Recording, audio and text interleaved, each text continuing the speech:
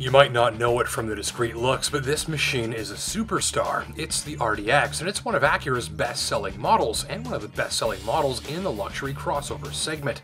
So, how has this quiet-looking machine earned a place at or near the top of both Acura and industry sales charts?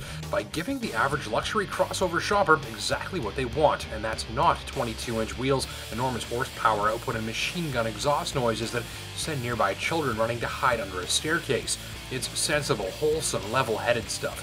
Good fuel mileage, a reputation for durability and reliability, and winning just about every award there is for safety and residual value doesn't hurt either. Ultimately, by and large, the shopper in this segment wants to know if they're getting a good deal, that they've made the right choice. They want confidence, and with the RDX's proven reputation backed up by recognition from numerous industry experts, that's exactly what brings shoppers into showrooms for one of these. So with all of that stuff being the main reason you buy an RDX, I'm pretty much irrelevant today, since my job is to tell you about how this thing feels, handles, and drives, which with this machine isn't really what makes you want to buy one. Now, be that as it may, the engineers and designers recently gave this machine a heavy update, and there's plenty going on inside and underneath that sheet metal skin, so let's take a closer look. Here's the cabin, a little techy, a little casually luxurious, perhaps not as serious and formal as a comparable German crossover, but not lacking for high-end or high-tech feel. Don't miss the punchy and vivid ELS stereo system, this neo-looking dual-screen central command interface for climate control, audio, communications, navigation, and the like, or the climate-controlled seats to keep your buns as toasted or chilled as you like. Automatic lights, climate control, and even automatic rain-sensing windshield wipers contribute to laid-back cruising with set-it-and-forget-it operation, and the power tailgate opens up onto a generously sized cargo hold with some traits that I like. A big wide opening that's square, a low load floor for easy loading, and seat backs that can be folded down in a jiff. There's more space optimization in the rear seats, notably headroom is decent for adults and so is footroom thanks to clever packaging of the interior that does away with the need for a hump in the rear floor.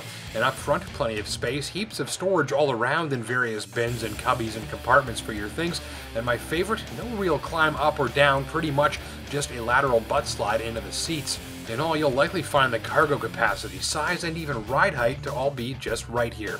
You get some new Acura technologies, notably Acura Watch employs a network of camera and radar sensors to monitor the world around you while you drive. It can provide early warning if you're about to rear-end someone, drift from your lane, or if there's an unseen car approaching in the laneway you're backing into.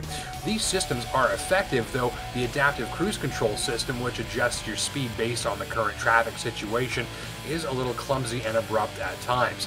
These LED headlamps are a new Acura technology as well. They use less energy than halogen or xenon, and Acura is proving that they've got this technology nailed down. The headlights, and especially the high beams after dark, slather the road ahead with plenty of light that even extends into the tree line beside dark roads. The new engine performs well when it's spinning fast in typical Acura fashion. Drive gently and you'll barely hear a peep and find the performance adequate. Drive hard and you'll feel the power ramp up midway through the tachometer as the VTEC system gets things powered up, and there's a nice meaty snort from under the hood as the nearly 7,000 RPM redline approaches. Nice engine, this thing. And if you like, you can even use the paddle shifters to control gear changes with great rev matching on downshifts and quick shifts up. So the engine now is similar in size and specification to last year's model, though it is all new. The horsepower is up slightly, the fuel consumption is down, and there's more low-end torque for more low-end throttle response, meaning when you're driving around the city or going up a hill on the highway, there's less need for the transmission to downshift, which increases fuel economy and refinement. Now that's a small change, but that is some win-win engineering if I ever saw it. Ride quality can be a bit of a mixed bag depending on what you're driving over. Smooth or even lumpy roads are handled with minimal unwanted noise and harshness, though rougher surfaces and especially sharper bumps can see the suspension feel abrupt and become noisy. Though mostly the RDX rides well, I was hoping the ride quality would be maintained at a higher level when the going got really nasty. Mileage on my watch landed at just under 10 liters per 100 clicks, which is pretty stellar for a machine with this sort of size and power output. You could say that the fuel-saving technology is at work here, and there are lots of them, work really well.